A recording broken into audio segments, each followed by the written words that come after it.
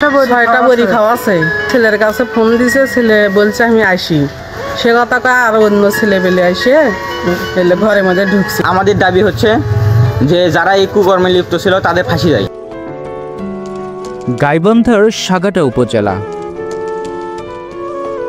সেখানেই ঘটে গেল একটি হৃদয় বিতরক ঘটনা, যেটা মানতে পারছে না সমাজের কেউই। মাত্র 18 বছর বয়সী এক কিশোরী, যিনি সবেমাত্র নববধূ হয়ে শ্বশুর বাড়িতে পা রেখেছিলেন।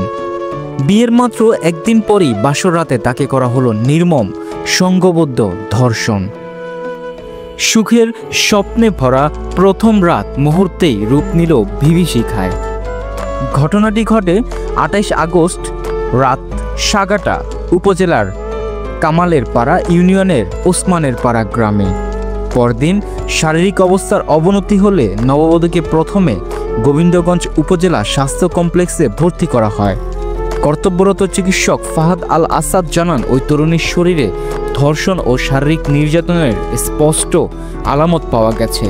পরে তার অবস্থা গুরুতর হওয়ায় তাকে রংপুর মেডিকেল কলেজ হাসপাতালে পাঠানো হয়েছে। খোঁজ নিয়ে জানা যায়, গত 27 আগস্ট নববধূর বিয়ে হয় ওসমানের পাড়া গ্রামের আসাদুল ইসলামের ছেলে আসাদুল ইসলাম ওরফে আসিফ মিয়ার সঙ্গে। বিয়ের আনন্দ তখনও শেষ হয়নি, আত্মীয় স্বজনের শুভেচ্ছা তখনও ধ্বনিত হচ্ছিল। কিন্তু বিয়ের দিন রাতেই ঘটে গেল যে বিভীষিকাময় অধ্যায়। স্থানীয় বাসিন্দা সাইফুল ইসলাম জানান, বুধবার শেষ রাতে নববধূর বিয়ে সম্পন্ন হয়। বৃহস্পতিবার রাতেই তাকে নির্যাতনের শিকার হতে হয়। শুক্রবার দুপুরে গুরুতর অসুস্থ হয়ে পড়লে তাকে হাসপাতালে নেওয়া হয়। এরই মধ্যে পুলিশ অভিযান চালিয়ে স্বামী আসিফ মিয়া সহ 7 জনকে আটক করেছে। সাগাটা থানার এসআই আমিনুল ইসলাম জানান, প্রাথমিক জিজ্ঞাসাবাদের জন্য 7 জনকে আটক করা হয়েছে। প্রকৃত ঘটনা তদন্তের পরই জানা যাবে।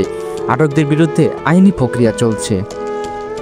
একটি সদ্য শুরু হওয়া সংসার, যেখানে থাকা উচিত ছিল ভালোবাসার স্বপ্ন আর নতুন জীবনের আলো, সেই সংসার পরিণত হলো অন্ধকার, আতঙ্ক আর অপমানের নরকে।